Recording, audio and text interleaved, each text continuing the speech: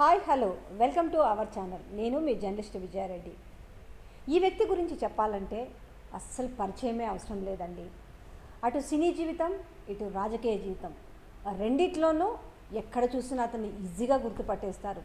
ముఖ్యంగా ఆయన్ని చూడగానే పక్కున నవ్వేస్తారు.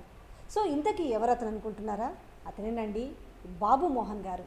సార్, మీరు చాలా చూశారు, సినీ జీవితం చూశారు, రాజకీయ జీవితం చూశారు.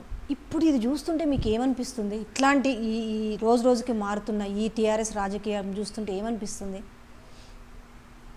జుగుత్సాకరంగా అనిపిస్తుంది. జుగుత్సాకరం, అసహ్యం. ఇంత దరిద్రం ఉంటుందా అని ఎప్పుడు ఊహించనిది. రోజు రోజుకు ఇంప్రూవ్మెంట్ ఉండాలి కానీ ఇవాళ పుట్టలేదుగా రాజకీయాలు. కానీ రోజు రోజుకు దిగజారుడుతనం. అధికారులు కూడా అలాగే అయిపోయారు. ఇప్పుడు దుబ్బాకలో చూడండి, క్యాండిడేటు వస్తున్న కారుని ఆపి అభ్యర్థిని, అసలు అభ్యర్థి అనగానే అతని ఎట్మోస్ట్ రెస్పెక్ట్ కలెక్టర్ దగ్గర నుంచి, రిటర్నింగ్ ఆఫీసర్ల దగ్గర నుంచి, ఎస్పీల దగ్గర నుంచి ఇవ్వాలి, ఇస్తారు. అలాంటిది రోడ్డు మీద ఆపి ఈవినింగ్ 5:30, 6 ప్రాంతంలో ఏమో మీ కారు చెక్ చేయాలి డౌట్ ఉందని, తెల్లవారుదాం 5 గంటల దాకా చెక్ చేసి ఒక కారును 5 గంటలకు పట్టుకుంటే పొద్దున 5 గంటల దాకా చెక్ చేస్తారండి. సీట్లను కూడా బిగుతారండి, ఇంజన్ కూడా పీకేస్తారండి, టైర్లు కూడా తీసేస్తారండి, నట్లు బోల్ట్లు కూడా ఇప్పుతారండి. డబ్బులు నట్లు బోల్ట్లో పెడతారా? ఏం రాజకీయం అనేది? జనరల్గా జ్యూరిస్డిక్షన్, ఎలక్షన్ జరిగే ప్లేస్కి జనరల్గా ఎలక్షన్ కోడ్ ఉంటుంది.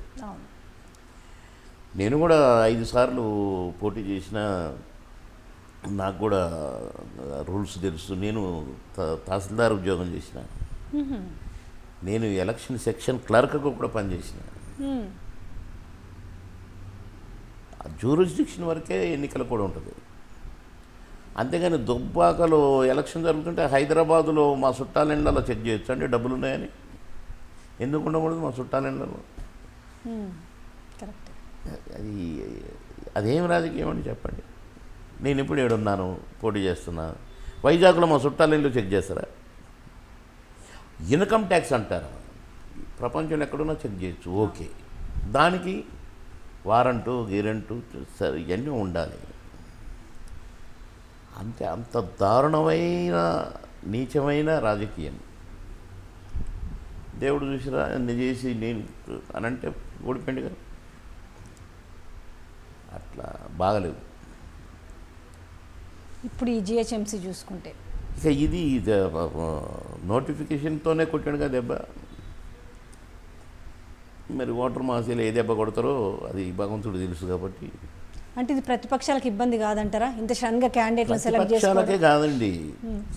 ఇప్పుడు ఎలక్షన్ అన్నప్పుడు ఒక 10-15 రోజుల ముందు నుంచి ఆడిన్ని డబ్బులు అడుకోవచ్చుకోవడము, ప్రిపేర్ అవ్వటము, ఏదైనా ఉద్యోగం ఉన్నోడైతే లీవ్ పెట్టుకొని మా వాళ్ళని గెలిపించుకోవాలనుకోవటం, ఏదో సంథింగ్ ఉంటుంది కదండి, ప్రిపరేషన్ అంటూ ఉంటుంది కదా. ఏదో ఊరు పోయి ఉంటారండి, కరెక్ట్. రాజాలరు కదా, తెల్లారిసరికి ఇప్పుడు నిన్న నోటిఫికేషన్ ఇవాళ వచ్చేయాలి కదా, నామినేషన్ వేయాలి కదా, సర్టిఫికెట్లు అవి తీసుకోవాలి కదండి. ఏమైనా ట్యాక్స్ గీక్స్ అవి ఉంటే కట్టుకోవాలి కదా. జనరల్గా 1 వీక్ 15 days అట్లా 1 month మినిమం టైం ఉంటుందండి నోటిఫికేషన్కు, ఎలక్షన్కు. ఇక్కడ గంటలు కూడా లేదండి. మనకు ఎందుకులేండి. అంటే ఎలాగైనా కూడా మళ్ళీ వాళ్ళు విజయం సాధించాలి. మీకు ఎట్టి పరిస్థితుల్లో ప్రతిపక్షాలకు ఏ రకమైన తావు ఇవ్వకూడదని ఆయన ఉంటాడు. మ్యాన్ ప్రపోజ్ చేసేవాడే, డిస్పోజ్ చేసేవాడు అక్కడ ఉంటాడు పైన. అది తెలుసుకున్నవాడు మనిషి, అంతే కదండి. నువ్వు అనుకునేవి జరుగుతాయా? దేవుడు లేడా? ఉన్నాడా? కరెక్ట్. లేడనుకుంటున్నాడు ఆయన. నా జీవితాంతం లైఫ్ లాంగ్ నేను సీఎంని, భూమి ఉన్నంతవరకు అనుకుంటున్నాడు. ఇంకొక 2 సంవత్సరాలు పోతే ఉంటుంది కథ. దుబ్బాక ఫలితం ఇక్కడ రిపీట్ అవుతుంది అనుకుంటున్నారా? అవి తీరుద్దని మేము అనుకుంటాం. ఎవరైనా పోటీ చేసి ప్రతి ఒక్కడు అనుకుంటాడండి, గెలవడానికే పోటీ చేస్తాడు, అవును. నేను ఓడిపోతా అని పోటీ చేస్తాడు అన్నాడు. ఏ పార్టీ వాడైనా అంతే, మా పార్టీ గెలుస్తాను. మాకు కొద్దిగా అడ్వాంటేజ్ ఏంటంటే మాకు ప్రధానమంత్రి ఉన్నాడు కనుక కాంగ్రెస్ పార్టీకి ప్రధానమంత్రి లేరు, టీఆర్ఎస్ పార్టీకి ప్రధానమంత్రి లేడు. టీఆర్ఎస్ పార్టీకి ఇంతవరకే. కానీ మోడీ గారు దేశమంతా ఒక పేరు ప్రతిష్ట, హిందువులకు రామ జన్మభూమి, రామ మందిరం, ఇవన్నీ కూడా విజయాలే కదండి. 120 years ఏమో అందాజుగా ఆ రామ జన్మభూమిని కూల్చివేసేదంతా. అలా అందులో ఈ ప్రధానమంత్రి గారు వచ్చినాకనండి గ్రామ స్థాయి డెవలప్మెంట్ నుంచి డబ్బులు ప్రధానమంత్రి. ఇప్పుడు ఊర్లలో టాయిలెట్స్ కట్టారు చూశారు, టాయిలెట్స్ డబ్బులు 100% డబ్బులు ప్రధానమంత్రియే. ఈ ఊర్లలో ఒక్కొక్క ఊరుకు 15 మంది, 20 మంది, 30 మంది, 100, 200, 500 మంది ఉపాధి హామీ వర్కర్స్ ఉంటారు ఊర్లలో. ఏదైనా చిన్న పని చేస్తే సాయంత్రం కానీ 100 రూపాయలు, 200 రూపాయలు ఏదో ఇచ్చేది ఉపాధి హామీ. ఆ డబ్బులు ప్రధానమంత్రి. గ్యాస్ 100% ప్రధానమంత్రిదే. రోడ్లు, డ్రైనేజీల కా నుంచి ప్రధానమంత్రి.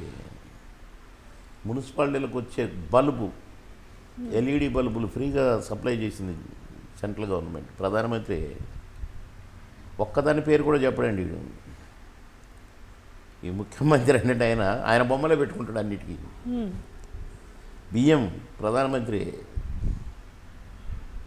మనిషికి 11 కిలోలు ఏమో ఇస్తున్నారు ఇప్పుడు, 12 కిలోలు ఇవ్వాలి లెక్కకి. ఫస్ట్ విడత 6 సంది అనౌన్స్ చేశారు, మళ్ళీ 6 అని. కానీ 11 కిలోలు అంటే 1 కిలో కమిషన్ కొడుతున్నారు. అట్లా రోడ్లు, ఈ హైవే రోడ్స్ అన్నీ ప్రధానమంత్రి. ప్రధాని సడక్ యోజన. సో మేము చెప్పినాం దుబ్బాకలో అన్నీ కరెక్టే అని తెలుసుకున్నారు. మేము చెప్పినవి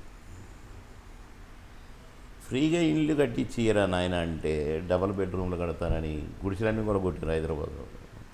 స్లమ్ ఏరియాస్ అన్నీ కూరగొట్టారు కదండి. ఏడుస్తున్నారు పొద్దున్న, నేను టీవీలో చూస్తుంటానైతే. మా ఇల్లు వేయని 6 సంవత్సరాలు అయింది, మా ఇల్లు ఏమాయా, మా గుడిసేమాయా, గుడిసెలనే బెటర్గా ఉంటున్నాం మేము అంటున్నారు. ఇవన్నీ 2 టర్ములు గెలిచి కూడా ఏం చేయనప్పుడు మొన్నటి చూసినారుగా వరదలు ఎట్టగొట్టకపోయినారు. అయ్యో పాపం అనరండి, అనరా? అయ్యో పాపం అని అనడోడు మనిషే కాదండి అసలు.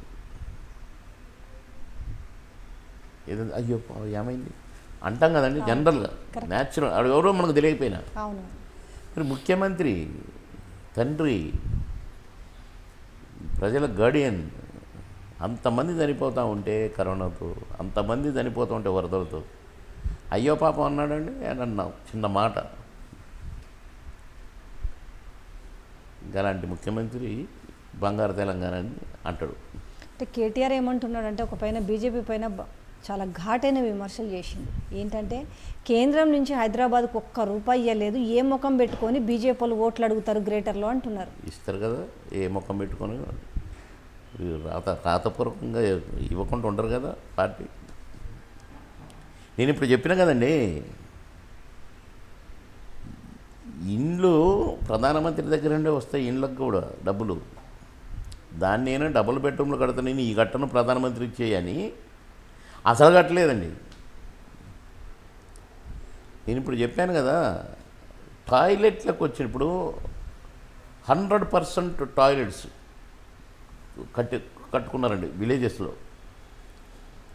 నేను నా దగ్గర 2-3 మండలాల్లో 100% టాయిలెట్లు కట్టినాం. జనరల్గా టాయిలెట్స్ ఉండవండి ఊర్లల్లో, చెంబు పట్టుకొని చెట్లలో కట్టెట్టిపోతారు.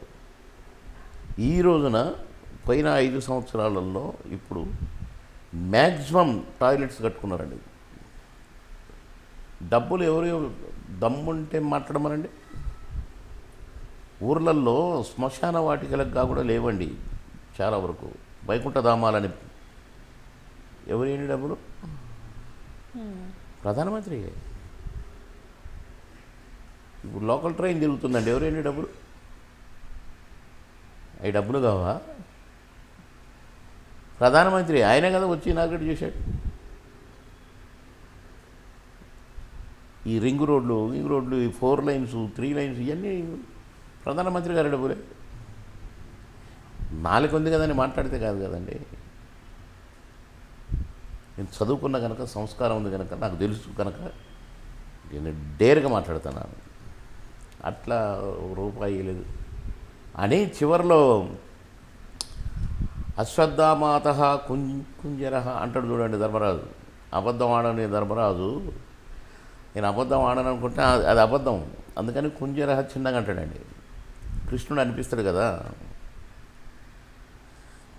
వరద బాధితులకు రూపాయి రాలేదని మళ్ళీ చివరిలో అన్నాడు. గమనించరా? వరద బాధితులకు మేము ఇస్తున్నాం 5 కోట్లు. ఎక్కడి నుంచి అండి? ఆయన భూమిలో పండించండి ఆ డబ్బులు, ప్రజల డబ్బులండి. ఈ ట్యాక్సుల రూపాయన మనం కట్టే ట్యాక్సుల డబ్బులే కదా గవర్నమెంట్ నడిచేది. జీతాలు ఇచ్చినా, ఇంకేదైనా చేసినా పోలీస్ టవర్స్ కడుతున్నారు చూసారు, ఎన్ని కోట్లు పెట్టి కడుతున్నారో. ఆ డబ్బులేని యాడ్ చేయండి. మరి ప్రధానమంత్రి సెంట్రల్ గవర్నమెంట్ నుంచి ₹1 రాకుండా ఒక్క స్కీమ్ కూడా ఉండదండి.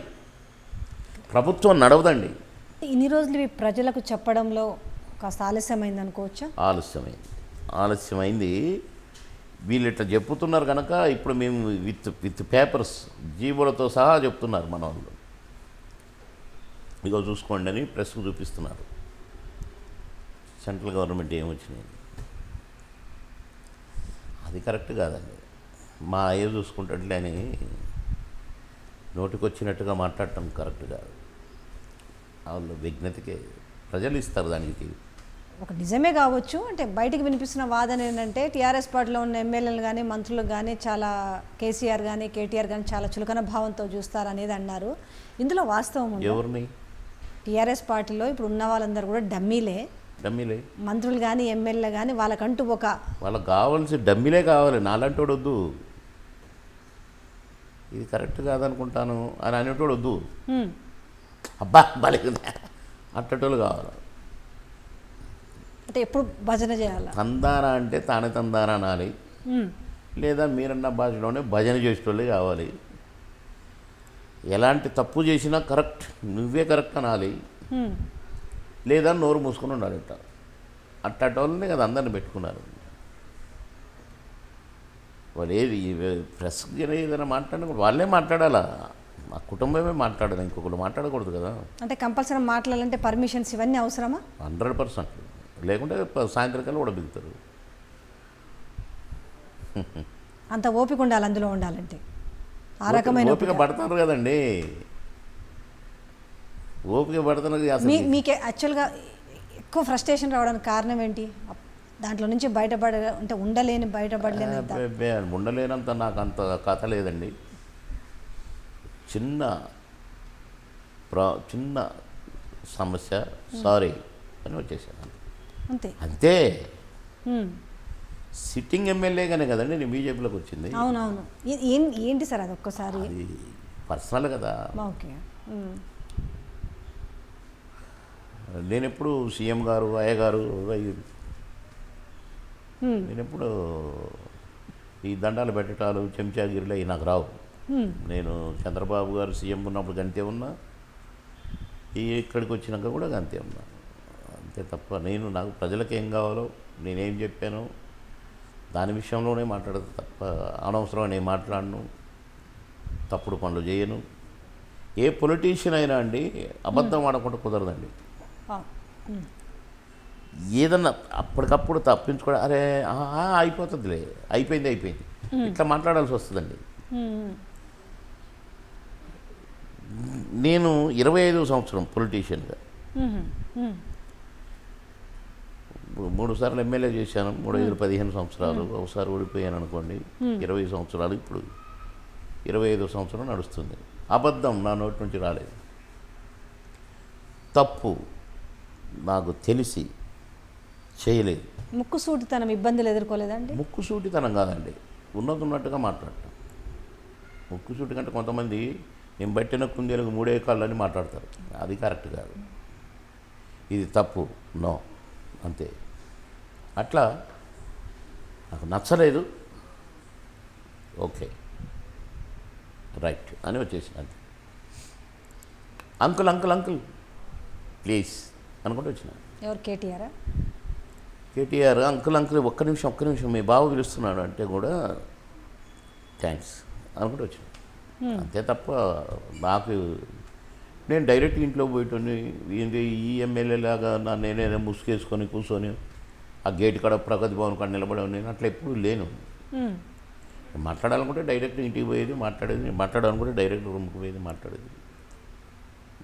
మేము చాలా క్లోజ్గా ఉన్నవాళ్ళం కదా, ఫ్యామిలీ ఫ్రెండ్ లాంటి వాడిని, ఒక కుటుంబంలో ఒక మనిషిని. అలాంటి నాకు ఒక్కడికే టికెట్ ఇవ్వలేదు సిట్టింగ్ ఎమ్మెల్యేలలో. అది కారణం ఫస్ట్ లిస్ట్ ఎందుకు జరిగింది తర్వాతనే తెలిసిందా? పోనీ మీరు ఎప్పుడైనా నేను విశ్లేషించుకున్నారా? తెలుసుకోవాలని అనుకోలేదు కదా, నాకు అవసరం లేదు. నేను వచ్చి బీజేపీ పార్టీలో చేరినాక నాకేం పని? ప్రధానమంత్రి గారే నన్ను ఢిల్లీ పిలిపించి చేర్చుకున్నాను, ఇంకా నాకేం పని? ఆత్మాభిమానం దెబ్బతిన్న తర్వాత మనిషి ఇక ఏం కోరుకోడండి. అంటే మీరు ఉన్నట్టుగా మాట్లాడడమే మీకు అది అయిందంటారా? మరి తెలియదు కదా నాకు. అంటే ఆల్మోస్ట్ అందరికి సిట్టింగ్ ఎమ్మెల్యే నిన్ననే కౌగులించుకున్నాండి నన్ను. ఇవాళ పొద్దున చూస్తే టీవీలో వస్తుంది బాబు మనకు టికెట్ లేదని.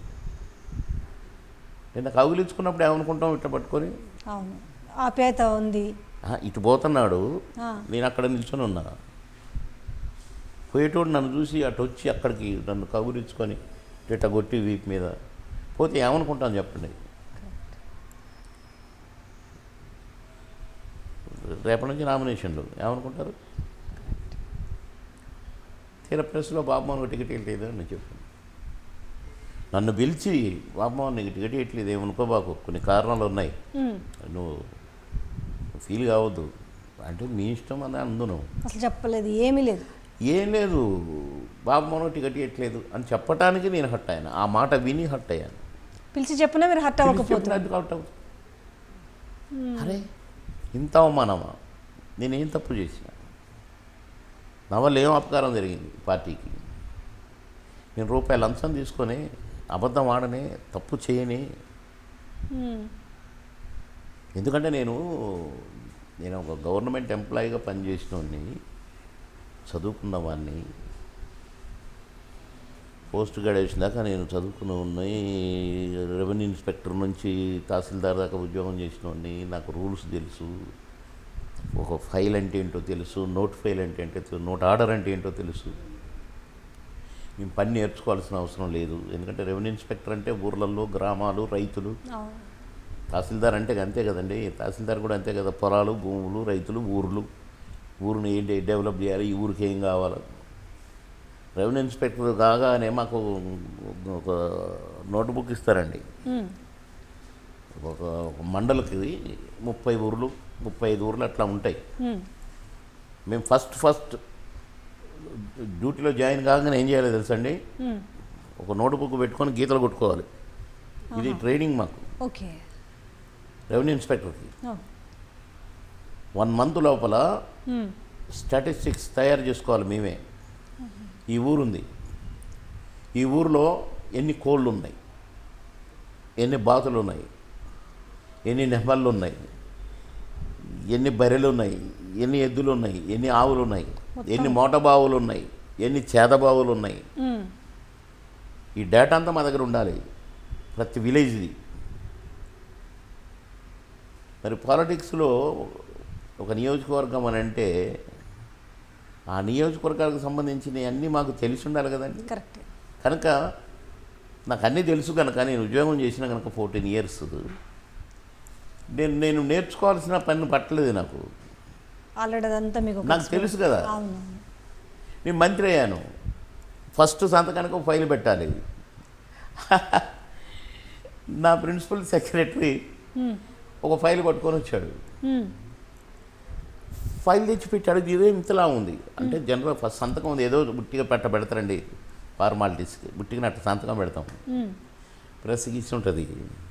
అవును, నాకు ఒక ఫైల్ తీసుకొచ్చాడు, ఏమనుకోండి ఇది సినిమా యాక్టరు, ఏం తెలియదేమో. కామెడీ చేసేటోడు, సంతకం పెట్టేస్తాడు లటక్కనని 75 మందిది ట్రాన్స్ఫర్స్ ప్రమోషన్స్ ఫైల్ పెట్టిండండి ఫస్ట్ సంతకానికి. నేను ఇట్లంటే అయిపోయింది కదండి. అవును, ఆ 75 మందిలో ఎంతమంది దగ్గర డబ్బులు తీసుకున్నారో, ఎంతమందికి ప్రమోషన్లు ఇచ్చారో, ఎంతమందికి వాళ్ళ మనిషి డబ్బులు తీసుకున్న వాళ్ళకి పోస్టింగ్ చేశారో నాకు తెలుసు కనుక ఆ ఫైల్ అది ట్రాన్స్ఫర్స్ ప్రమోషన్స్ అంటే ఫైల్ ఏముంటుందో నాకు తెలుసు. ఇప్పుడు అదే నేను కొత్త అసలు సినిమాలో కామెడీ అన్నా అనుకుంటూ పోయినా అయితే నాకేం తెలియదుగా. చూస్తే నేను నోట్ ఫైల్ తీసి చూసినట్లా పూర్ణి ఆయన చూసినట్లా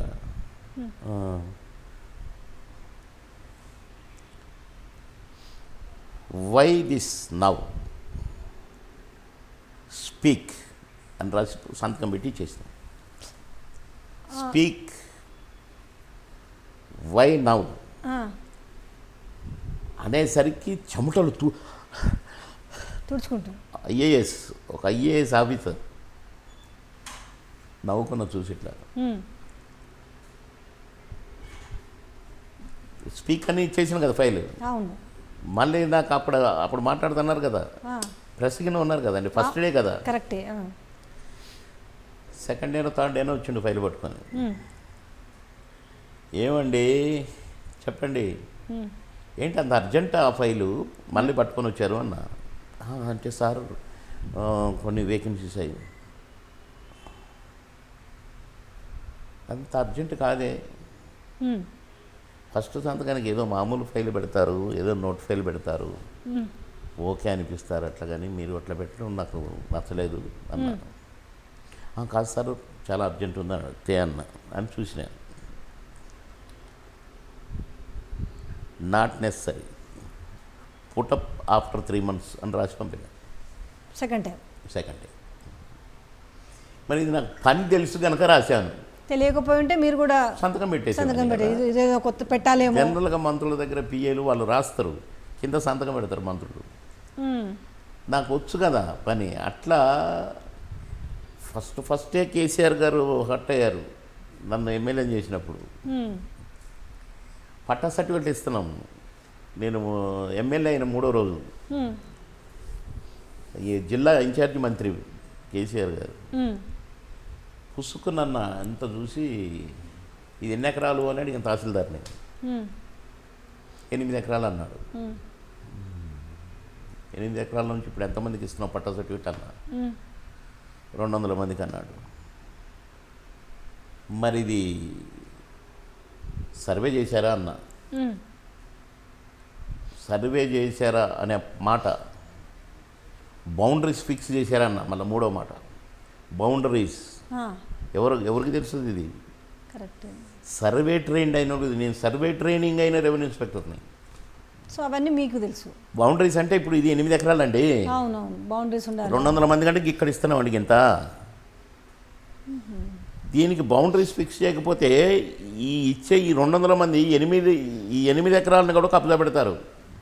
గొడ్లకు మేతకని, గొడ్లు కట్టేసేదని ఏముందండి, కంపబాతటమే కదా గుడి చేసుకొని. సో ఇవన్నీ మీకు బాగా తెలుసు కాబట్టి ఆల్రెడీ. నాకు తెలుసు, నేను సర్వే ట్రైనింగ్ అయిన రెవెన్యూ ఇన్స్పెక్టర్ని కదా. బౌండరీస్ ఫిక్స్ చేశారన్న. బౌండరీస్ అంటే ఏంటంటే ఎక్వైర్ చేశారన్న. ఇంకొక మాట, ఎక్వైర్ చేయటం అంటే ఇందులోంచి ఈ ముక్క తీసుకోవటము. ఈ ముక్క తీసుకున్నప్పుడు ఇది తూర్పు అనుకోండి, ఈ ముక్కకు తూర్పున మేడం ఉంది, ఉత్తరాన తమ్ముడు ఉన్నాడు, దక్షిణ ఈయనున్నాడు అని బౌండరీస్. ఈ మూలన ఇది చింత చెట్టు ఉంది, ఇక్కడ గొట్టు ఉంది, ఉత్తరాన. ఈ బౌండరీస్ అంటారు వీటిని. బౌండరీస్ ఫిక్స్ చేసినప్పుడు ఇక వీడు ఈ పరిధిలోనే అడ్జస్ట్ అయి ఉండాలి తప్ప ఇంచు కూడా అందులోకి పోవడానికి ఉండదు. బౌండరీ దాటడానికి లేదు, అవి చేయలే. మనం ఇంటి చుట్టూ కంపౌండ్ వాళ్ళు కట్టుకుంటాం కదండి, అవును, కంపౌండ్ వాళ్ళు కట్టుకున్నాక పక్కోడి దాంట్లో పోవడానికి ఉంటుందా? లేదు లేదు. అదే కంప వేసినా లేకపోతే ఓపెన్ పెట్టినా ఎప్పటికన్నా ఒకసారి ఒక అడుగన్నా జరుగుతూ ఉంటుంది. Correct, exactly. ఇదంతే. ఇది నేను అడిగేసరికి కేసీఆర్ గారే అట్లా చూశాడు నన్ను. ఊరిని అమ్మేయుడు కామెడీ చేసేవాడు కదా, ఎక్వైర్ చేశారన్నాడు ఒక పదము, బౌండరీస్ ఫిక్స్ చేశాడన్నాడు రెండోది అని. అమ్మాయి వీడు ఏదో అనుకొని నేను వీడు సామాన్యుడు కాదనేది మూడో రోజే డిక్లేర్ అయిపోయింది. ఫస్ట్ ఇంప్రెషన్ బెస్ట్ ఇంప్రెషన్ మీ మీద అలాంటి ఇది అంటే వీడికి తెలుసు, అదే అదే నాలెడ్జ్ ఉంది అనేది తెలిసిపోయింది. నాలెడ్జ్ లేని వ్యక్తి అని అనుకున్నాడు. మంత్రి అయినప్పుడేమో గట్లా, ఎమ్మెల్యే అయినప్పుడేమో గట్లా. అట్లా పని తెలుసు కనుక ఎదుటివాడు, నేను అడిగేటోని ఆఫీసర్లని ఇది ఎందుకు చేయలేదని అడిగేది. అది కాదు సార్ కొంచెం అట్లా కాదు, ఏదైనా నీకు రూల్ ఏదైనా అడ్డం వస్తుందా, ఏ రూల్ ప్రకారంగా నువ్వు చేయకుంటున్నావు చెప్పు, చేయకపోవడానికి కారణం ఏంటో చెప్పు అని అడిగేది నేను. ఏ రూలు ఉండదండి పేదవాడికి సేవ చేయడం కోసం, పేదవాడికి ఒక ఇల్లు ఇవ్వడం కోసం, పేదవాడికి ఒక పంపు ఇవ్వడం కోసం ఏ రూలు ఉండదు. వీడి లేజినెస్ తప్ప, లేక డబ్బుల కోసం తప్ప ఇంకే రూల్ ఉండదు, ఏ రూలు అడ్డం రాదు. ఏదైనా ఉంటే కూడా ఇది ఎందుకు చెయ్యకూడదు, వై ఇట్ కెనాట్ బి అనే ఉంటుంది తప్ప చెయ్యొద్దు, వెయ్యాలే అని ఉండదండి. చెయ్యొచ్చు, ఈ రకంగా దీన్ని చేయవచ్చునేమో అట్లా ఉంటుందండి రూల్. అవి తెలిసినోని కాబట్టి నేను డైరెక్ట్గా మాట్లాడేది. అదేదో అట్లా ఇబ్బందులు ఎదుర్కొన్న సందర్భాలు ఉన్నాయా? ఇబ్బందులు ఎదుర్కొన్న నాకు నా దరిదాపుకు రాలేదు ఏ ఇబ్బంది. నాకు తెలుసు కదా, డబ్బులు ఆశిస్తే ఇబ్బందులు వస్తాయండి. నేను డబ్బులు ఆశించను. పేదవాడికి సాధ్యమైనంత హెల్ప్ చేయాలనేదే ఉంటుంది నాకు ఇబ్బంది ఉండదు. నాది కాదు, నా జాగీర్ కాదు. కేసీఆర్ గారు అనుకుంటున్నట్టు నాకు, నా కూతురు, నా కొడుకు, నా అల్లుళ్ళు, నా మేనత్తలు, మేనమామలు, మనవళ్ళు, ముని మనవళ్ళు అంత లేదండి నాకు. కనుక నాకే ఇబ్బంది ఉండదు. ఇంకా నేను fail, white paper. Cinema career మంచి పీక్లో ఉన్నప్పుడు రాజకీయాన్ని ఎంచుకున్నారు. ఎవరి ఇన్స్పిరేషన్ ఎవరు మీకు ముఖ్యంగా? అయ్యో నేను ఎంచుకోవటం కాదండి బాబోయ్, రావడం అంటే ఎన్టీ రామారావు గారి అభిమాని నేను. నాకు దైవంతో సమానం. ఓకే. మా అమ్మ నాన్న కూడా ఎన్టీ రామారావు గారి అభిమానులు.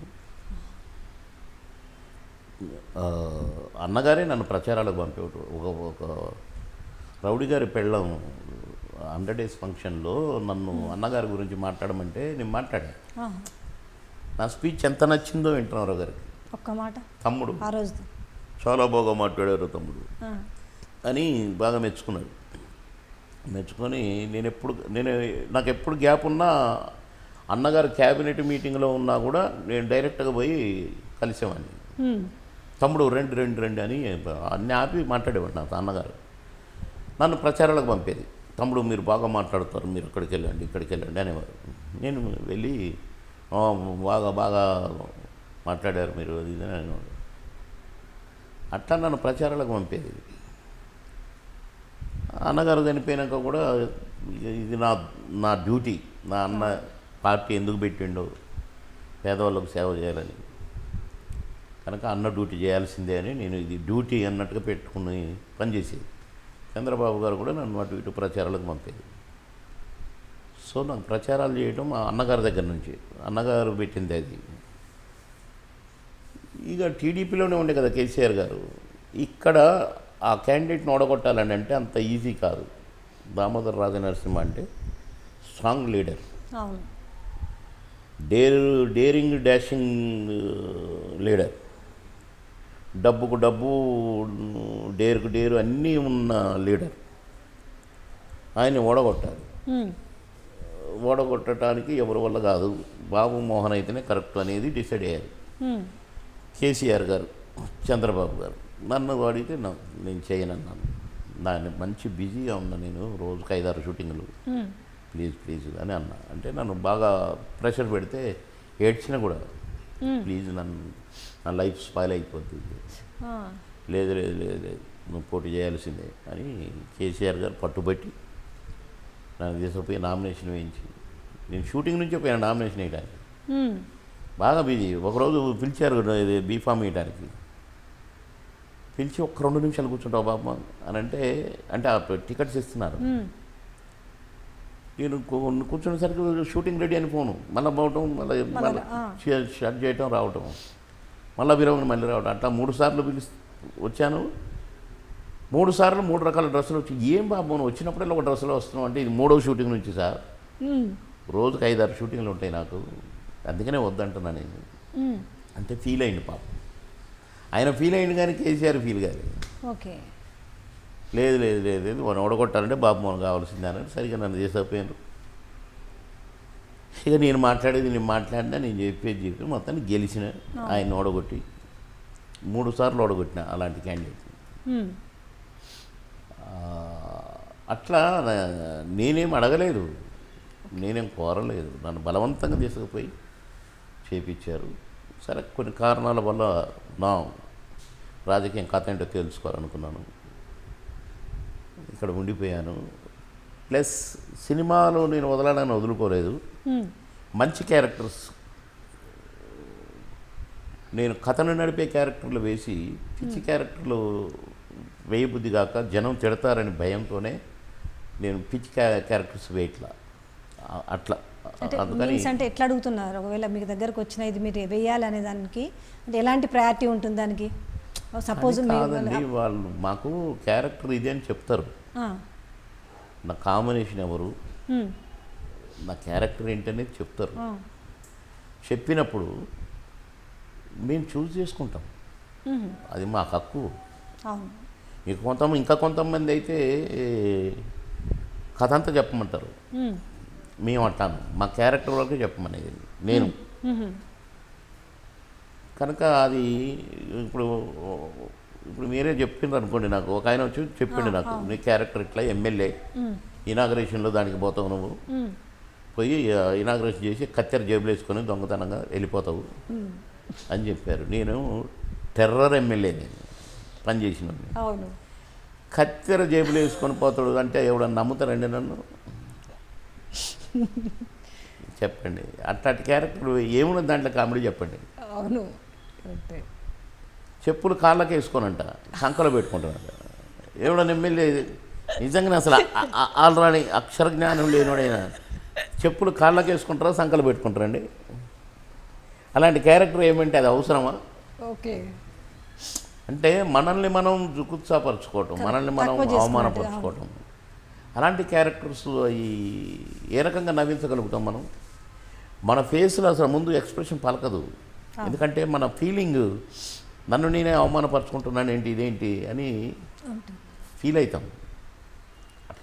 అలాంటి క్యారెక్టర్స్ జనం తిడతారనే ఆ మధ్యనండి ఏమండి ఆవిడ వచ్చింది ఇలాంటి కొన్ని పిక్చర్స్లో డబుల్ మీనింగ్ డైలాగులు కొన్ని వచ్చినాయండి కొన్ని సినిమాల్లో.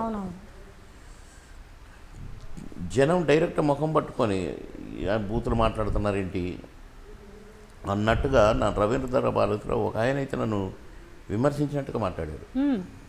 నేను చాలా ఫీల్ అయ్యాను. అంటే 10 మంది మనల్ని చూసి నేర్చుకోగలగాలి ఏదన్నా, కానీ బూతులు నేర్చుకోవాలన్నా జనం, డబుల్ మీనింగ్. అట్లా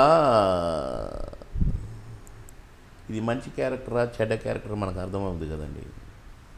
కనుక ఇట్లాంటి క్యారెక్టర్ నేను చేయను అనేవాళ్ళం.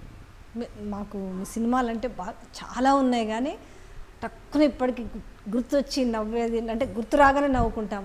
నాన్నగారు, 1000 పైగా కదండి. నాన్నగారు అసలు కాంబినేషన్ హైలైట్. దాని గురించి కొంచెం ఒక్కసారి షేర్ ఏది ఏ సినిమాది? మీరు కోటా చేశారు కదా, దాసరి నారాయణరావు గారు నాన్నగారేనా మామగారు వినోద్ కుమార్ వీరవ్ అసలు హైలైట్. అసలు అందులో నవ్వని క్షణం అంటూ ఉండదు మీది అసలు. అంటే చూడండి వీళ్ళు కూడా అది ఎత్తితేనే నవ్వేస్తున్నారు. కాదు, నేను కూడా నవ్వుతున్నా కదా.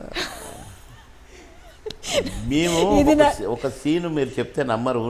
రాయెత్తి కోటగారిని ఎత్తిన రాయెత్తానా లాస్ట్ వినోద్ కుమార్ మీద వేస్తాం కదా, ఆ సీను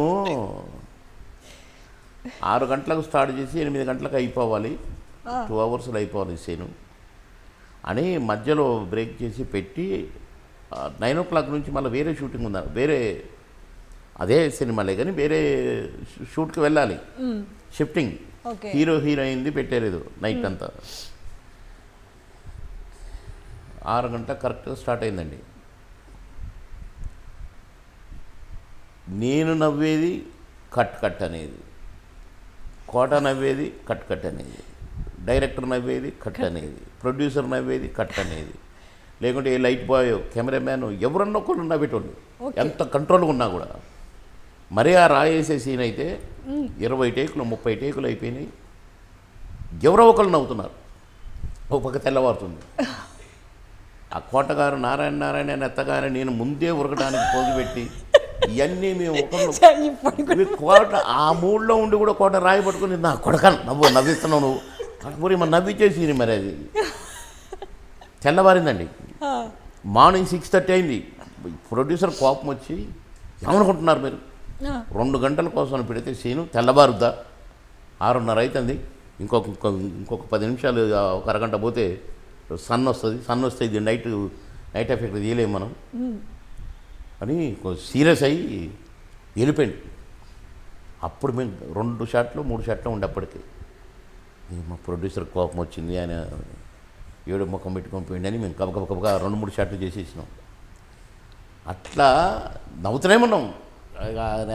నా నీళ్ళలో పడిపోతాడు కదా, మనిషి ఏడని టార్చ్ చేస్తాను మొత్తం. అట్లా అసలు ఒక నవ్వు కాదు, టార్చ్ ఇటేయాలి కదా, ఇటేసి ఇట్టేస్తాం ముఖానికి. ఒరే నా కొడుకు నా ముఖానికి వేస్తామంటారు, కింద అంటాడు. ఇట్లా అసలు ప్రతి సీన్ అంటే మీ డ్రెస్ డైలాగ్ కూడా హైలైట్. నా డిరస్ సార్ మా చోటు ఇప్పటికి కూడా నవ్వుకుంటున్నామంటే అట్లా అసలు ఏమైనా ఇబ్బంది పడ్డారా సార్? అంటే ఆ చిన్న అది మీకు ఏది ఈ డ్రెస్ నా డిరస్ అన్నా షూట్ ఇబ్బంది నా చూసావన్నా అంట. నా కొడక ఆ పొలంలో 100 చూపించావు, అప్పటి నుంచి నా రాతే మారిపోయింది. ఒకటే నా డ్రెస్ అంటే ఇది గోసి అంటాను, మళ్ళీ ఇప్పుడే మొక్కదు అన్న చూసుకొని అన్న పెట్టాను రా అంటాడు. అట్లా ఒక్కటి కాదండి, అబ్బబ్బబ్బ. డైరెక్టర్ దాసరి గారు కూడా నవ్వి అడ్డం పెట్టుకుని నవ్వేటోడు దూరంగా కూర్చొని పాపం. అది మంచి ఎమోషన్ ఉన్న సినిమా. మళ్ళీ మీరు ట్రాక్ వచ్చి 2 ways కదా సార్, ఒకవైపు అంతా ఎమోషన్, ఒక సీన్ వాళ్ళదుంటే ఒక సీన్ మీది మాది, అటు ఎమోషను ఇటు కామెడీ. అసలు అందుకనే కదా 100 రోజులు ఆడి బాగా ఎట్లా బ్యాలెన్సింగ్ బాగా. ఇంకొకటి మీరు సార్ చెప్పండి. గ్రేట్ ప్రొడ్యూసర్ ఆయన, ఎడిటర్ ఆయనే. అసలు ఆయన ఇక్కడ షూటింగ్ చేస్తుంటేనే ఆయన నిలబడి చూసుకుంటా దీనికి ఈ షాటు దీనికి ఈ షాటు అంత ప్లానింగ్. ఆయన సినిమా చూసుకుంటుంటాడు. Great producer editor Mohan garu. ఆ సినిమా తర్వాత మీరు బయటకు వెళ్ళినప్పుడు ఎలా ఉండేది సార్ మీకు? గోల మామూలుగానా? అయ్యో అట్లా బావబామ్మది కూడా అంతే గోల. మీ అంటే మీ ఇద్దరు కాంబినేషన్ అట్లా పండడానికి ఏంటి అసలు? అంటే ఒక పెర్ఫార్మెన్స్. ఒక్క అక్షరాన్ని పోనీనుగా నన్ను ఏదనంటే ఏడిసేవలే అన్నట్టుగా వెంటనే నా ఎక్స్ప్రెషన్లోనే తిట్టు, నా కొడుకు రే అని అంటాడు కదా అనేది, వెంటనే తిప్పికొట్టుడు రకరకాలుగా అట ఎక్స్ప్రెషన్ తోటి అనేది. అది రైటర్ రాయడు, కరెక్టే. డబ్బింగ్లు వేసేసేది కొన్ని వెంటనే కౌంటర్లు. నా కొడుకు ఇది ఎప్పుడు అన్నావురా నువ్వు అనేటోడు సినిమా చూసేటప్పుడు కోట గారు. నన్ను అందుకే కొన్ని సినిమాలకు నువ్వు ముందు డబ్బింగ్ చెప్పడానికి వీల్లేదు అనేది. నన్ను మంచిదన్నా నీ ఇష్టం, నువ్వు చెప్పినాక నేను చెప్తాను అనేది. ఆయన చెప్పిన తర్వాత ఆయన నా మీద ఏమి వేసాడు అన్నిటికీ కౌంటర్స్ ఇచ్చేవాడిని నేను. ఏపా అంటే ఏడ్చారు ఇవన్నీ అనేది. నువ్వు డామినేట్ చేస్తారా నువ్వు కౌంటర్స్ వేసి అని ఏడ్చేటోడు. కొన్ని రోజులు ఇద్దరం కలిసి చెప్పాలా డబ్బింగ్ అని పెట్టిండు. సరే మంచిదన్న. ఇక నా దెబ్బకు తట్టుకోలేక ఇక నీ ఇష్టం రా అని వదిలేసిండు కోట గారు. అట్లా టగ్-ఆఫర్ ఉండేది మా ఇద్దరికి. ఇప్పుడు కోట గారు నా కాంబినేషన్ లేకుంటే ఇంకా వేరే ఎవరన్నా ఉన్నారనుకోండి, నాకు కొల్లపూడి మారుతిరావు గారు, సత్యనారాయణ గారు, ఇట్లా నాకు తృప్తిగా ఉండేది కాదు. మీ ఇద్దరికైతే టగ్-ఆఫర్ నాకు ఉండేది. ఈజీగా ఉండేది. అట్టనే కోటకు కూడా ఎరా ఎవరు ఎక్కడ షూటింగు అనేది, ఫలానా అన్న ఇట్లా ఏమో చేసినట్టే లేదన్నా అనేది. నాకు కూడా అంతేరా, ఆడవాడు ఉన్నాడు ఏంటోరా, నువ్వు ఉంటేనే బాగుంటుందిరా అనేవాడు కోట. మాకు టగ్-ఆఫర్ ఉండేది. నేను అలర్ట్,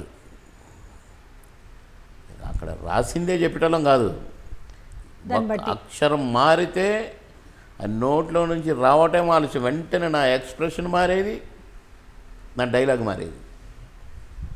నా కొడక ఎట్లా పడతారు అనేవాడు. అట్లనే నేనేదంటే ఏంటమ్మా ఏంటి బాబు అని వేసేసేవాడు. అంటే అవన్నీ కూడా స్క్రిప్ట్లో ఉండవు, ఉండవు, కొన్ని ఉండవు, చాలా వరకు ఉండవు. మీకు ఆ ఫ్రీడమ్ ఉండేది అప్పుడు? నాకు ఫ్రీడమ్ అని కాదు, నేను ప్రిపేర్ అయ్యేవాడిని. ఇట్లా అంటాడు డెఫినెట్గా, నేను ఇట్లా నాది హోంవర్క్ అండి, హోంవర్క్. బాగా నడిచింది కదా మీ పేరు అసలు.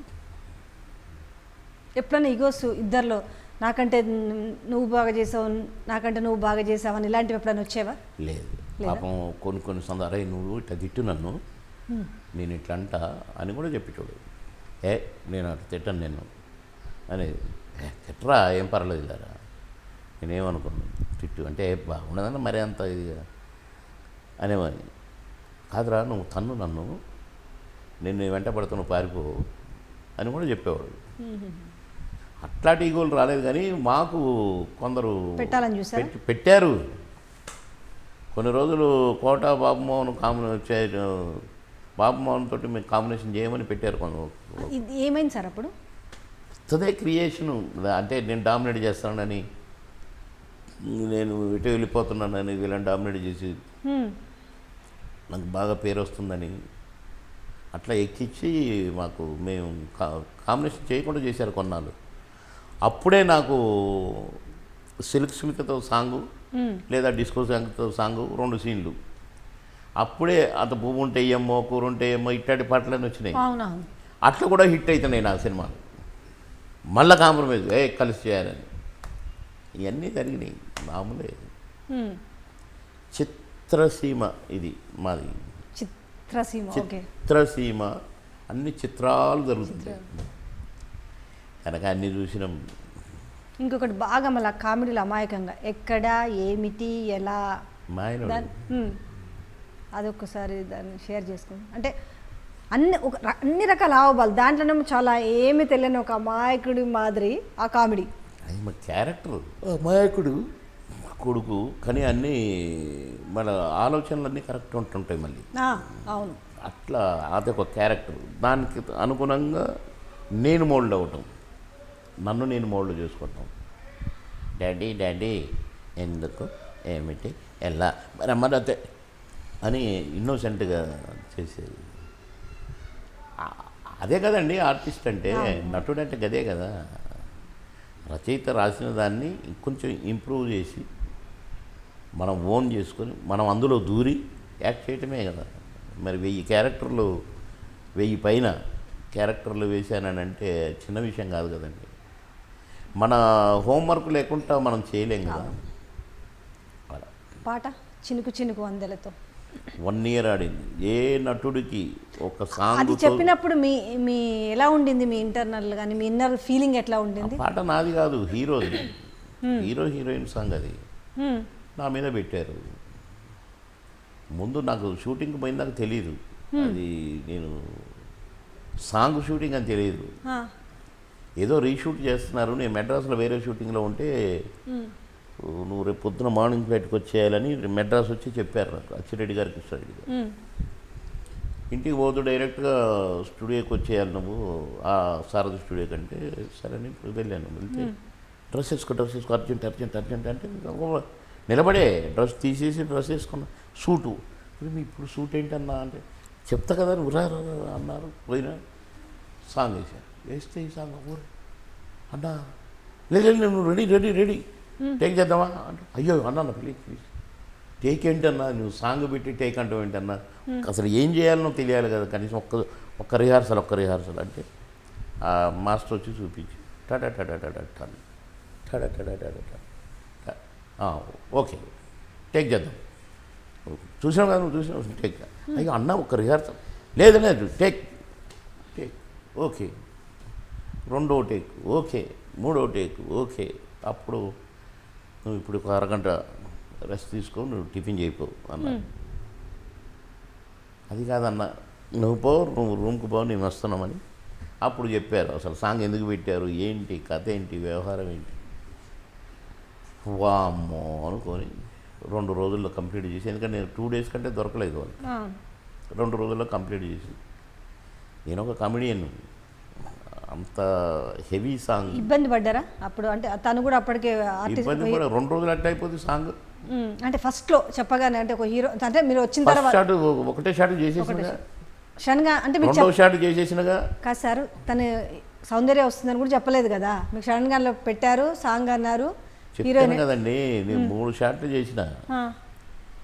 అరగంట నువ్వు పో టిఫిన్ చేయి మేము వస్తున్నాం పా అన్నారు. వచ్చేప్పుడు చెప్పారు కదా కథ అంతా. అప్పుడు చెప్పాడు సౌందర్య నువ్వు, నెక్స్ట్ షాట్ నువ్వు సౌందర్య, ఎందుకంటే నువ్వు అంతా సెట్ అయ్యింది కదా, నువ్వు కొద్దిగా టచ్అప్ చేసుకుంటావు అని.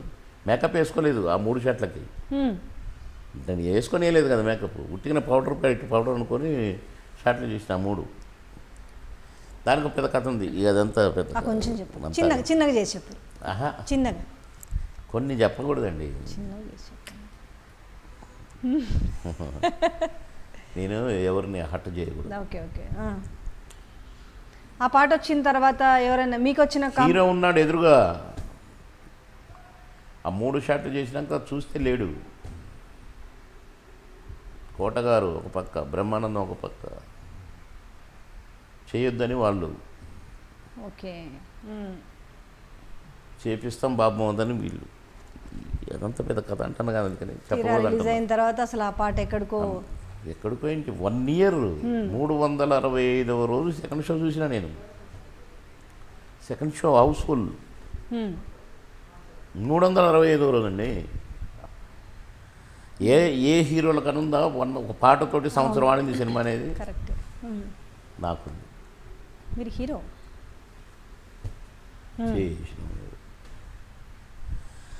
అట్లా. ఇప్పుడు ఎలా ఉందండి? ఎప్పుడైనా పలకరిస్తుంటారా కోట గారిని? మాట్లాడుకుంటాం అప్పుడప్పుడు. కొద్దిగా అన్న హెల్తే కొంచెం పాపం ఇబ్బందికరంగా ఉందంటే. మీకు ఇంకా వేరే వాళ్ళతో సార్ మిగతా ఇప్పుడు మీ కామెడీకి ఇప్పుడు చూస్తున్న దానికి చూసుకుంటే మీకు ఏమనిపిస్తుంటుంది? అంటే తేడా అనిపించే కదా. నేను చేయకపోయినా పర్వాలేదు కానీ ఇట్లాంటివి చేయొద్దని అనుకున్నది. లేకపోయినా పర్వాలేదు కానీ చేసి పరువు తీసుకోవటం ఎందుకు? జనం తిడతారు, ఊస్తారు అని ఫీల్ అయినా కాబట్టి చేయలేదు. సో ఫర్దర్గా మంచి మళ్ళీ మీకు తగ్గ అదే కామెడీ క్యారెక్టర్ వస్తే కనుక డెఫినెట్గా చేస్తారు. అది నా వృత్తి అండి. నా ఆఖరి శ్వాస వరకు అవసరమైతే నా బాడీని కూడా కావాలంటే ఇస్తా లాట్ షాట్కి. నా వృత్తి కదా. దాన్ని ఇప్పుడు నేను వ్యవసాయదారుడే అనుకోండి, రైతుగా లైఫ్ లాంగ్ రైతేగా. అట్లనే ఇది నా వృత్తి. నాకు మంచి క్యారెక్టర్ వచ్చినప్పుడు చేస్తూనే ఉంటాయి. 3-4 సినిమాలు ఒప్పుకున్నాయి. ఇప్పుడు ఈ కరోనా వల్ల ఆగిపోయింది. బహుశా డిసెంబర్ నుంచి ఉండొచ్చు. మళ్ళీ ఒక సినిమాలో సాంగులు పెట్టారు మళ్ళా.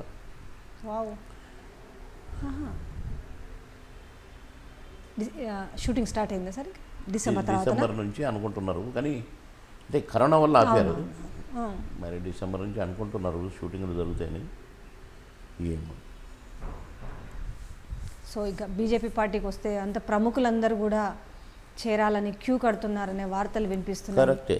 నేను చేరేటప్పుడేమో ఆ, ఏముందని అందులో చేరుతున్నావు, నీ లైఫ్ని అనవసరంగా పాడు చేసుకుంటున్నావు, సలహాలు ఇచ్చి టీఆర్ఎస్ని వదిలిపెట్టి పోతావా, ఏమైనా కాబట్టి సైలెంట్గా నన్ను ఉండొచ్చు కదా అని ఓ చాలామంది అన్నారు నన్ను. అన్నోళ్ళందరూ చేరిపోయింది ఇప్పుడు బీజేపీలో. ఎందుకు చేరుతున్నాం అందులో అన్నోళ్ళంతా ఇప్పుడు చేరిరు ఆల్రెడీ. ఇక ఇప్పుడు వరుస స్టార్ట్ అయింది టీఆర్ఎస్ నుంచి మళ్ళీ. రేవంత్ రెడ్డి కూడా చేరుతున్నాడు అనే వార్తలు వస్తున్నాయి, వాస్తవం ఉందంటారా? అటు ఏపీలో చిరంజీవి అది కొత్త ఏముంది ఇందులో పెద్ద. ఆయన అందులోంచి ఇందులోకి ఇందులోంచి అందులోకి ఎక్కడ మేత ఉంటే అక్కడికి పోతాయి కదా ఇది మేయడానికి. ఆయన అంతే, హ్మ్. ఎక్కడ పదవి ఇస్తానంటే అడిగి పోతాడు, ఎక్కడ అతనికి మంచి మేత దొరుకుతుందంటే అక్కడికి పోతాడు, సహజం. ఆయన రెడీగానే ఉన్నాడు అనుకుంటాడు. బీజేపీ తీసుకోవట్లేదు, రెడీగా ఉన్నారనే వార్తలు వినిపిస్తున్నాయి. అవునండి, మన గొంతెమ్మ కోరికలు. నాకు ముఖ్యమంత్రి ఇస్తావా, నాకు అది ఇస్తావా, ఇది ఇస్తావా అంటే కష్టం కదా. హ్మ్. కోరికల్ని బట్టే అట్లా అనుకుంటున్నాను. హరీష్ రావును కూడా బలి చేశారు, త్వరలో బీజేపీ గూటికే రావచ్చు, బీజేపీకి అసలు తనే కర్త కర్మ క్రియా సారథి అన్నీ అవుతున్నారనే వార్తలు కూడా, అవుతారు అనే వార్తలు నిజముందా? తెలియదు, నాకు తెలియని మాట్లాడటం అలవాట్లేదు, హ్మ్. నాకు తెలియదు. ఏపీ విషయానికి వస్తే కూడా చిరంజీవి జాయిన్ అవుతారని అంటున్నారు, నిజంగా ఎక్కడ? సార్? ఏపీ బీజేపీలో తెలియదు. అంటే అందరైతే బీజేపీ వైపు చూస్తున్నారన్న మాట అయితే వాస్తవమే. 100%. అంటే ప్రత్యామ్నాయం ఏం కనపడట్లేదు. కాంగ్రెస్ స్టేట్లో లేదు, సెంట్రల్లో లేదు, హ్మ్. సరి అయిన నాయకుడు లేడు. సెంట్రల్లో ప్రధాని మోడీ గారికి ధీటైన రేంజ్ ఉన్న వాళ్ళు లేరు. ఏది కేంద్రంలో, రాష్ట్రంలో కూడా ఇప్పుడున్న పరిస్థితిని బట్టి టీఆర్ఎస్ని ఎదుర్కోవడానికి కానీ లేరు. ఎటు తిప్పినా ప్రధానమంత్రి, మళ్ళీ కాబోయే ప్రధానమంత్రి కూడా మోడీ గారే కాబట్టి సెంట్రల్లో గ్యారంటీగా ఈ గవర్నమెంటే ఉంటుంది. కనుక ఇక్కడ ఈ గవర్నమెంట్ రావడానికి అవకాశం ఉంది. ఇప్పుడు టీఆర్ఎస్ను కొట్టే పార్టీ లేదు, ఏమైనా కొడితే బీజేపీ కొట్టాలి అనే దాంట్లో మొన్న పార్లమెంట్ ఎలక్షన్లో 4 ఎంపీలు గెలిచినప్పుడే జనం చెప్పుకున్నారు. ట్రెండ్ కూడా అట్లా తిరిగింది. 16 కారే గెలుస్తుంది ఎంపీలు అంటే 4 ఎంపీలు బీజేపీ గెలిచారు. అసలే లేదు బీజేపీ అన్నారు, ఏడుంది బీజేపీ అని. అట్లాంటప్పుడు బీజేపీ గెలిచింది. అక్కడ నుంచి ట్రెండ్ కొద్దిగా యూత్లో గీతులో మార్పులు చేర్పులు. ఇప్పుడు ధీటైన పార్టీ, టీఆర్ఎస్ కౌంటర్ ఇచ్చే పార్టీ బీజేపీ అని ఎంపీలు 4 గెలవంగానే స్టార్ట్ అయింది. దుబ్బాకతోటి క్లియర్ అయింది. నెక్స్ట్ బీజేపీరా ధీటైన పార్టీ, టీఆర్ఎస్ అనగా. ఓకే, కాంగ్రెస్ పార్టీకి అంటే పీసీసీ సరైన నాయకుడు కనుక వస్తే మళ్ళీ యాజ్ యూజువల్గా ఊపందుకుంటుంది, మళ్ళీ బీజేపీ ఉనికి వినపడదనే మాటల్లో రావాలగా మరి. ఆకాశం నుంచి వస్తాడా? ఉన్న ఈ 4లోంచే కదా వచ్చేది. ఈ 4లో ధీటైన మాకు కనపడతారా? రేవంత్ రెడ్డిని పీసీసీ ప్రెసిడెంట్ చేస్తే అనుకుంటారా ఉంటుందని? ఆ ఎఫెక్ట్ ఏమన్నా మీరు అంచనా వేస్తారు కదా? ఆడ 4-5 ఉన్నారండి. 4-5 గ్రూపులు. వీళ్ళు ఊరుకుంటారా? ఉత్తమ్ కుమార్ని తీసి పారేసి ఆయన చేస్తే ఈయన వర్గం, ఈయన గ్రూప్ ఊరుకుంటుందా? 4 ఉన్నారు, 4 గ్రూపులు. కనుక ఈ గ్రూపులు ఒకటి కాదు చాలవు. అంత హార్స్ పవర్ ఒక పక్క బీజేపీని, ఒక పక్క టీఆర్ఎస్ని, కేసీఆర్ని, ఆయన చమక్కల్ని ఎదుర్కొనే అంత కెపాసిటీ ఉన్నోడు లేడండి. కనుక కాంగ్రెస్ నేషనల్ పార్టీ అయినా కూడా ఆడలేదు ఈడలేదని అర్థం.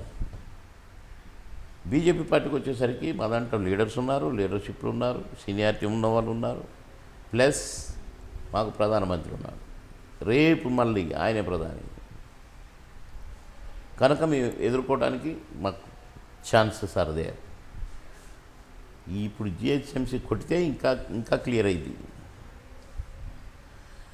అట్లా. సో పూర్తి స్థాయిలో జిహెచ్ఎంసీని ఎట్టి పరిస్థితుల్లో చేజిక్కించుకోవాలనుకుంటున్నారు అని కాదు, వాళ్ళు చేసే తప్పులు. ఇప్పుడు 2 సార్లు సీఎం అయ్యి 2 సార్లు చేసిన వాగ్దానాలలో ఒకటన చేయాలన్నా? ఎంతమంది గుడిసెలు తీసేశారండి మొత్తం పీకేసి డబుల్ బెడ్రూమ్లో కడతానని ఒక్కడిగా కూడా కట్టేయకపోతే ఏడుస్తున్నారు టీవీలలో రోజు. మన వరదలకి ఎన్ని మ్యాన్హోల్స్ ఎంతమంది పిల్లలు చచ్చిపోయారండి, మనుషులు చచ్చిపోయారండి. అయ్యో పాపం అన్నారు ఎవరు నాన్న. ఒక్క వాగ్దానం కూడా నెరవేర్చలా. ఎట్లేస్తానండి ఓట్లు. అంటే వాళ్ళ ఉద్దేశం ఏంటంటే డబ్బులు పెట్టి కొంటాం. అవును. ఇప్పుడు దుబ్బాగా కూడా డబ్బులు పెట్టి కొనాలని చూశారు. 100 కోట్లు ఖర్చు పెడతారండి ఒక ఎమ్మెల్యేకి. డబ్బులు పెట్టి కొంటాం అనే దాంట్లో బాగా ధీమాలో ఉన్నారు. మన దెబ్బ మామూలుగా పడలేదు. అన్ని డబ్బులు ఖర్చు పెడితే కూడా పోలీసులతోనే డబ్బులు రవాణా. అయినా ప్రజలు అర్థం చేసుకున్నారు, నువ్వు ఈ మాటలేరా నాయన చేతలు లేవని. కనుక ప్రజలు పడరు, వాళ్ళ బుట్టలు పడరు. టైం ఉంది ఇక్కడ. సార్ మీ జీవితంలో అత్యంత సంతోషపడ్డ విషయం, అత్యంత బాధపడ్డ విషయం ఏంటి సార్? అయ్యో, బాధపడ్డ విషయం అంటే నా కొడుకే కదా, మా పెద్ద బాబు. ఎంతో సంతోషపడ్డ విషయం అంటే నేను అన్నీ చూసిన. నేనేంటి సినిమా యాక్టర్ కావడం ఏంటి, no background, no godfather, no recommendation, star అవ్వటం ఏంటి. ఒక సాంగ్ డ్యాన్స్ చేస్తే సంవత్సరం ఆడుతుంది, సంతోషం కాదు. హీరో కామెడియన్కి వచ్చి హీరోను కూడా అవుతుంది, సంతోషం కాదు. ఒక క్యాబినెట్ మంత్రిని అవుతుంది, సంతోషం కాదు. ఆశ్చర్యపడ్డ రోజులు ఉన్నాయి. నేను 295 మంది ఎమ్మెల్యేస్, నేను ఎమ్మెల్యేగా అసెంబ్లీలో కాలు పెట్టిన రోజున ఈ 9 కోట్ల జనాభాలో నా సీరియల్ నెంబర్ ఎంతని గుర్తు చేసుకున్నాం సార్. ఆశ్చర్యపడ్డాను, సంతోషపడ్డాను. 295లో నేను ఒకని కదా, కరెక్టే. నా సీరియల్ నెంబర్ 295లో ఒకటి.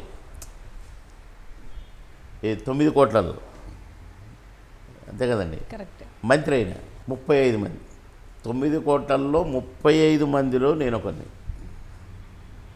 రాష్ట్రాన్ని పరిపాలించేది 35 మంది, 35 మందిలో నేను ఒకరిని. చిన్న విషయమా గుర్తింపు రావడం అంటే చాలా ఉంది. ఇంకా మిగిలి ఉన్న మజిలీ ఏమైనా ఉందా? ఇంకా చేరాల్సిన మజిలీ మీకంటూ ఉన్నది? ఇంకా ఉండదండి. ఇంకా లేదు. అది కూడా ఇప్పుడు బీజేపీ, ఎందుకంటే నాకు నేను వేరే పార్టీలోకి మారిన అట్లాంటి ఫీలింగ్ నాకేం లేదండి. ఎందుకంటే టీడీపీలో ఉన్నప్పుడే బీజేపీ పార్టీ మిత్రపక్షం. నేను ప్రచారాలకు బీజేపీ కండువా టీడీపీ కండువా 2 వేసుకొని తిరిగేది మొన్నటిదాకా. టీఆర్ఎస్లోకి వచ్చిన దాకా టీఆర్ఎస్ నన్ను అసలు పాలిటిక్స్ తెచ్చిందే కేసీఆర్గా. పరాయి పార్టీ ఎట్టయిద్ది అది? అదే కేసీఆర్ కదా నన్ను తీసుకొచ్చి ఎమ్మెల్యేని చేసింది. అదే కేసీఆర్ కదా సీఎం. అదే బావ అని పిలిచేది నేను, ఆయన బామ్మరిది అని పిలిచేది. మేము ఎప్పుడు నేను సీఎం అనలేదు, నన్ను ఎమ్మెల్యే అని లేదు ఆయన. కనుక నాకు వేరే పార్టీ కింది కాదు. బీజేపీ కండవ కాకపోతే టీడీపీ కండవ తీసేసిన బీజేపీ కండవ వేసుకున్నాను. కనుక నేను పార్టీలు మారినట్టు కాదు నాకు. కనుక నాకు ఏదో నేను పరాయి పార్టీలోకి వచ్చిన కొత్త పార్టీ నాకు ఆ ఫీలింగ్ లేదు. కనుక అంటే ఈ పార్టీలో అంత స్వేచ్ఛ ఉంటుందంటారు? అంటే బీజేపీలో కూడా అంత స్వేచ్ఛ ఉండదు, ప్రతిదానికి కండిషన్స్ ఉంటాయంటారు కదా. అంటే ఒక పద్ధతులు, ఒక నియమావళి ఉన్న పార్టీ కదా, నేషనల్ పార్టీ. దానికి అనుగుణంగా నడుచుకోవాలి, తప్పదు కదా. నేను స్టార్ని అయిపోయినని నా ఇష్టం వచ్చినట్టు నటిస్తే కాదు కదా. క్యారెక్టర్ ఎంతవరకు అంతవరకు చేయాలి కదా, అంతే కదా. ఎక్స్ట్రా చేస్తే కుదరదుగా. ఇక్కడ అంతే. త్వరలో విజయశాంతి, మీ సినిమా రంగానికి చెందిన విజయశాంతి కూడా చేరబోతుంది అని అంటున్నారు. తనకు మీకు ర్యాపో ఉందండి విజయశాంతి? నన్ను అందరూ లైక్ చేస్తారు. నేను అందరితో బాగా క్లోజ్గా ఉండేది, అందరూ నన్ను గౌరవించేది. అందరూ హీరోలు నన్ను చాలా ప్రేమగా చూశారండి. ఏ మాట కామాట. కానీ ఇప్పటికి ఇంకా కూడా ఇన్ని చూశారు, ఇప్పుడు ఇంకా ప్రచారాలు అంటే మీరు ఎప్పుడు కూడా స్టార్ క్యాంపెయినరే కదా, ఇంకా మీకు ఇబ్బంది విసుగు ఏమనిపించదు ఇంకా ఎందుకు నాకు అనేసి? అనిపిస్తుంది, కానీ మనం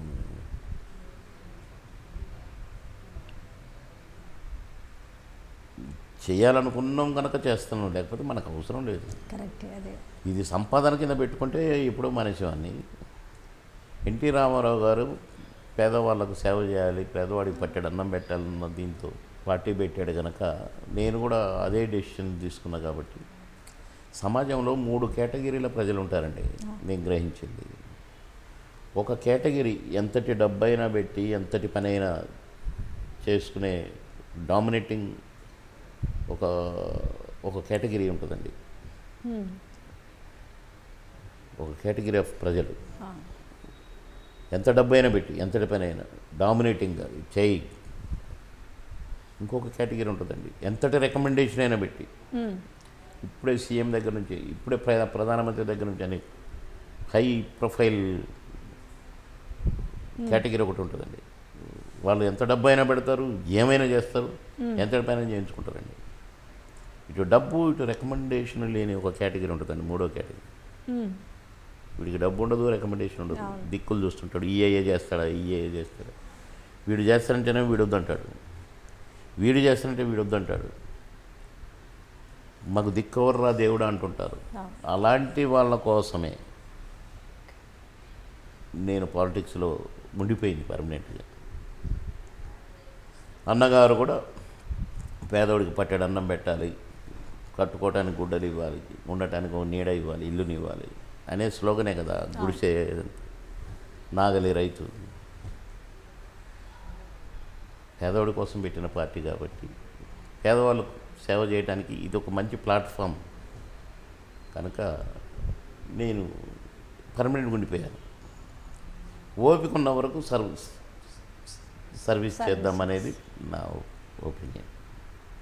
ఇంకొకటి అడుగుతాను, కోపం ఎందుకు సార్ అప్పట్లో శోభన్ బాబు గారి మీద ఒక కామెంట్ చేసి మళ్ళీ సారీ అని చెప్పారు, ఏం జరిగింది అప్పుడు? సారీ చెప్పలేదా అసలు? నేనేమో అంటే కదా. ఓహా, ఓకే. ఎందుకట్లా ఏమంటా చెప్పండి. నేను అసలు ఎందుకట్లా వైరల్ చేసిండ్రు, ఓకే. వీడే వెధవ. ఇప్పుడు ఎవడైతే నా ప్లేస్లో ఎమ్మెల్యే అయిండో వాడికి నాకు మొదటి నుంచి పడదు. వాడు కావాలని క్రియేట్ చేసి నా వాయిస్ లేకుండా స్క్రోలింగ్ నా ఫేస్ మీద వేసి ఇగో ఇట్లా అన్నాడని వైరల్ చేసి పరిచింది. అప్పట్లో ఇంత స్ట్రాంగ్ లేదు మీడియా, దానికి నేను కౌంటర్ ఇచ్చడానికి కూడా అవకాశం లేకుండా అయిపోయింది. ఓ ఇట్టన్నాడు అని పబ్లిక్ మీటింగ్లో నేను తిట్టిందని. ఎందుకు తిడతా? అక్కడ శోభన్ బాబు తోటి ఏం పని? ఎలక్షన్ ప్రచారంలో క్రియేట్ చేశారు. క్రియేట్ చేసి ఎవరికి వాళ్ళే ఏంటి ఇట్లా అంటావా, ఇట్లా. అరే నేనేమన్నా చూపించండి అంటాను నేను అంటే మహా ఇష్టం శోభన్ బాబుకి. శోభన్ బాబు గారి ఇంట్లో ఎవరెవరు భోజనం చేసి ఉంటారు చెప్పండి? ఏ హీరోలు ఏ హీరోయిన్లు శోభన్ బాబు గారు భోజనానికి పిలుచుంటాడు వాళ్ళ ఇంటికి? చెప్పండి, మీరు చెప్పగలరా?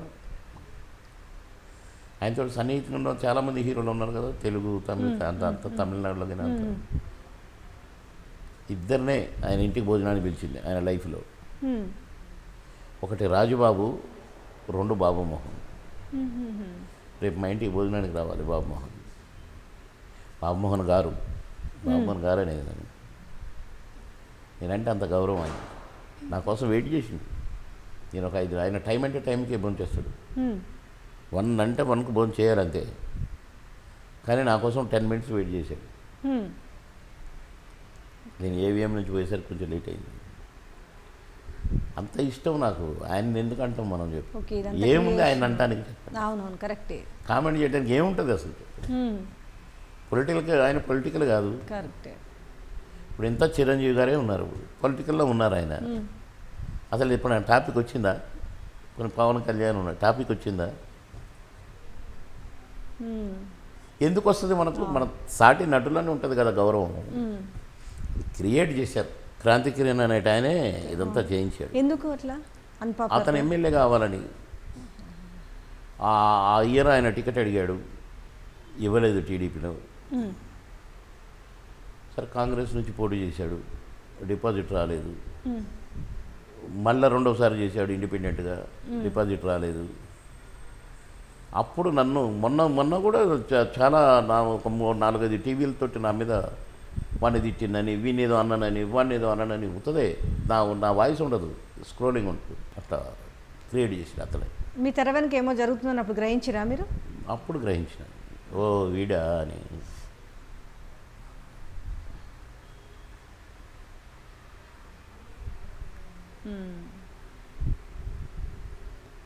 ఏదైనా మీరు అనుకున్న దానికంటే ఎక్కువనే రీచ్ అయ్యారు యాక్చువల్గా చెప్పాలంటే. ఏమండి, నన్ను చేసింది దేవుడు. కరెక్టే.